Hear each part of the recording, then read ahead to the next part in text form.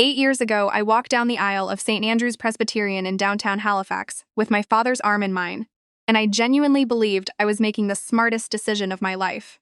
I was 31. I had just been named regional director at Hartwell Properties, the largest independent commercial real estate firm in Atlantic Canada, and I was marrying a man my father had warned me about twice. I told Dad he was being overprotective.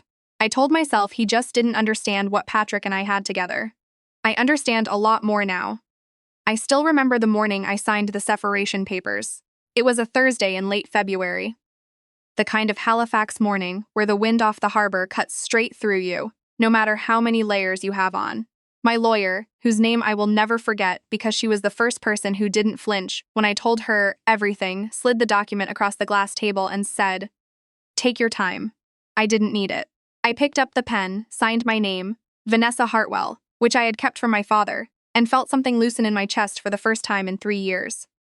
I walked out of that office, stood on Barrington Street in the February wind, and called my father. "Dad," I said, "it's done." He was quiet for exactly 2 seconds. Then he said, "Good, now come home." What happened next is the part people find hard to believe. But I need you to understand. Everything I'm about to tell you is true, and every decision I made because I finally stopped being afraid of what Patrick's family thought of me. My father, Gerald, I know, I told you I'd use names. No, I'm sorry. My father is Arthur Hartwell. He built Hartwell Properties from a 2-person brokerage in Dartmouth in 1987 into a firm that now manages over 400 commercial leases across the Maritimes. He is not a soft man, but he is a fair one. When I married Patrick, Dad didn't cut me off the way some fathers might have. He just quietly watched. And when Patrick's mother, Brenda, started making suggestions about which family members might benefit from positions at Hartwell, my father listened to me ask him to consider it, and he said, "Vanessa, I hope you know what you're doing." I didn't. Patrick worked in finance, mid-level portfolio management at a firm on Spring Garden Road. Respectable enough, charming enough. The problem wasn't Patrick on his own. The problem was that Patrick came as a package deal with Brenda, who had opinions about everything, and with his brother Kyle, who had a business degree from a school I'd genuinely never heard of, and an unshakable belief that he was underestimated by the universe. And with Patrick's cousin Tara, who had worked, according to Brenda, in administration for 15 years, which turned out to mean she had been a receptionist at a car dealership in Truro. Over the course of our marriage, through a combination of my guilt, Patrick's persistence, and my own catastrophic desire to keep the peace, 3 members of Patrick's family ended up with jobs at Hartwell Properties. Kyle became our director of business development, a title we essentially invented for him. Tara became office manager for our Moncton branch, and a man named Ray, Brenda's brother, became a site coordinator for our largest property portfolio in Fredericton.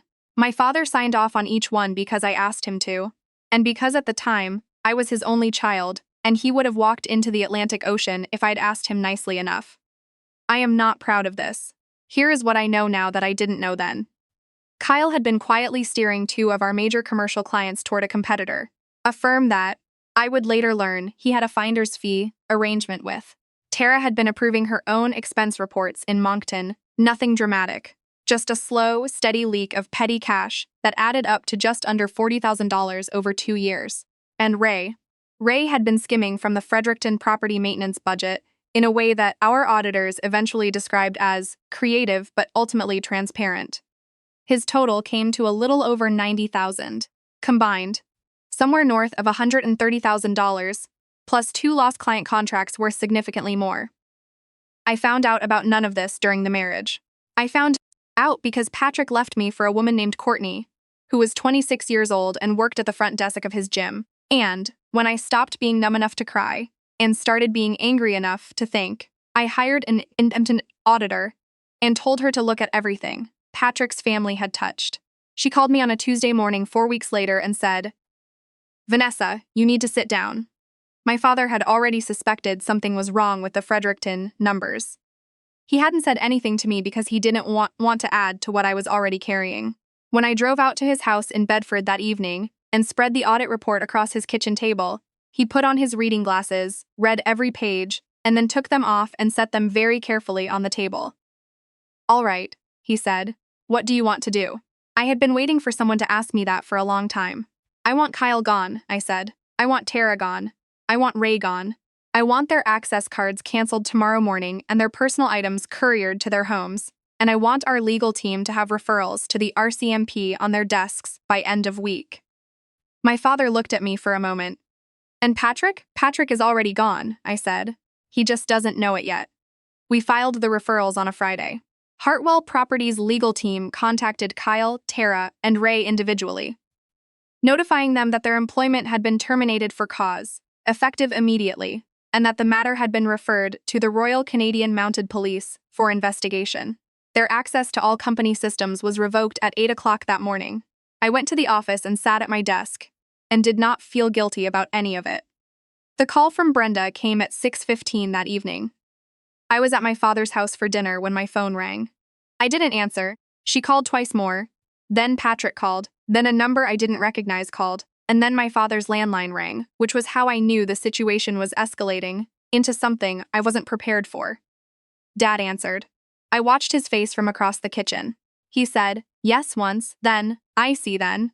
Brenda, this is not an appropriate channel." And then he hung up the telephone with the particular deliberateness of a man who has been doing business for 40 years and has learned exactly when a conversation is over.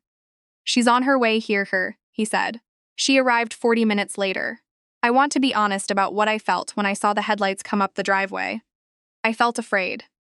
Not of Brenda physically, she's a 63-year-old woman from Cole Harbor who wears a lot of fleece, but of the confrontation itself. I had spent 8 years managing my reactions around Patrick's family, smoothing things over, absorbing their frustrations, and presenting them back as reasonable concerns.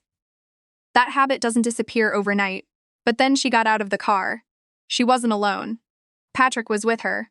Kyle was with her, and there was a woman I didn't recognize who I later learned was a neighbor Brenda. Neighbor Brenda had apparently called on the way over, presumably for moral support, which is one of the stranger choices I've witnessed.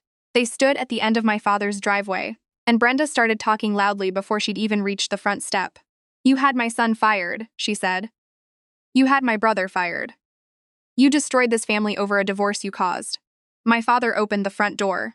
He is 6 feet tall, and he was wearing his reading glasses on top of his head and his good cardigan. And he looked at Brenda the way he looks at contracts that have been deliberately obscured, with complete patience and complete attention. "Brenda," he said, "you're standing on my property at 7 in the evening. I'm going to ask you once, politely, to lower your voice." She did not lower her voice.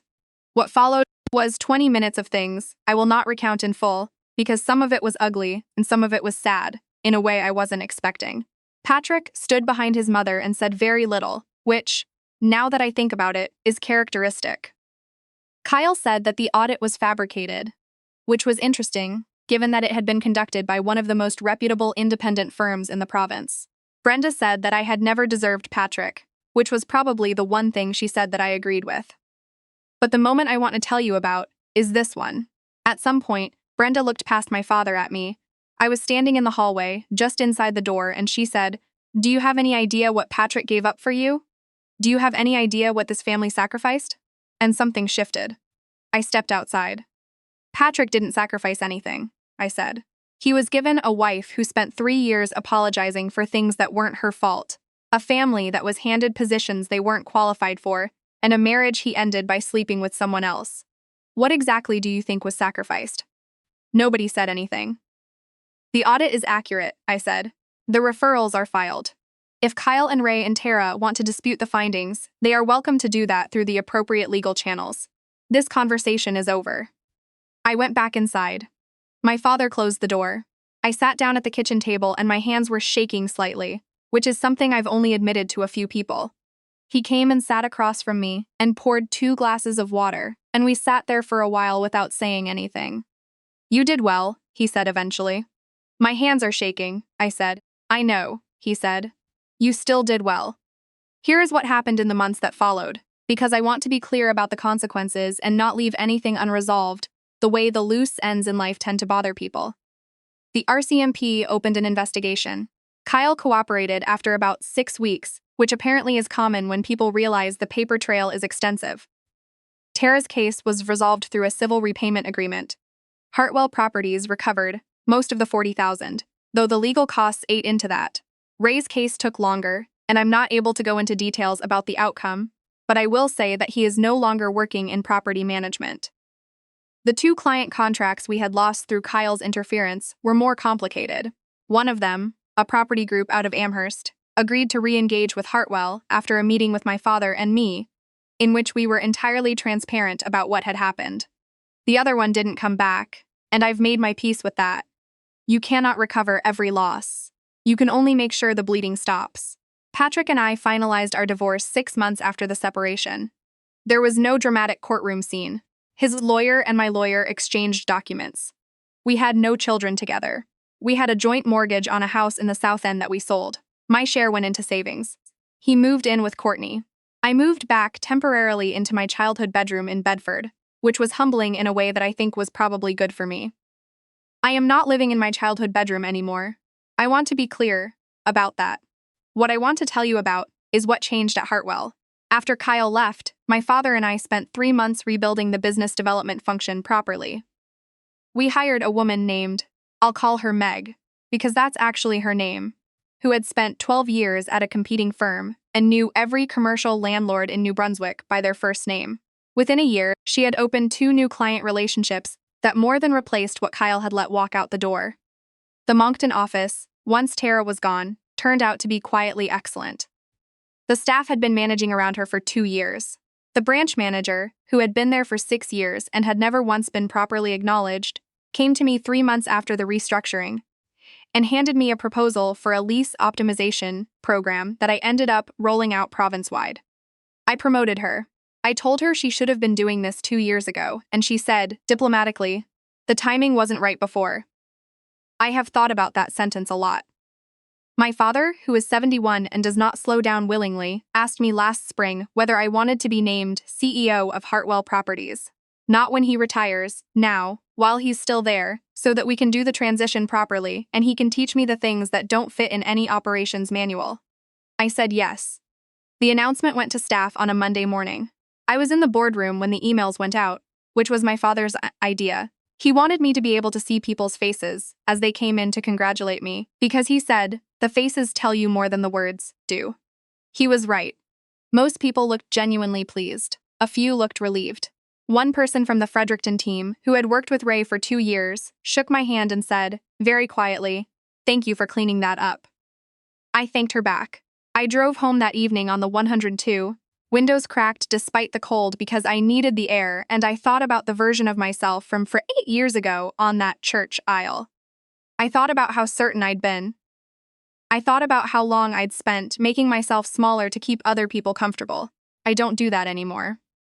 I have learned, and this is the thing I want to leave you with, because it's the thing I wish someone had told me at 31. I have learned that the people who depend on your silence to maintain their position will always tell you that speaking up is the unreasonable thing to do. They will call it drama. They will call it vindictive. They will stand at the end of your father's driveway on a February night and tell you that you destroyed a family.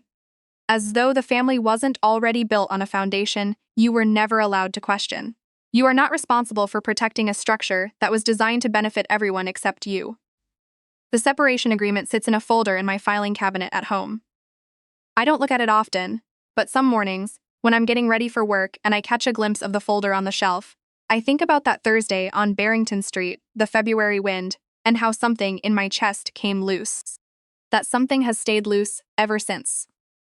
I don't plan on giving it back.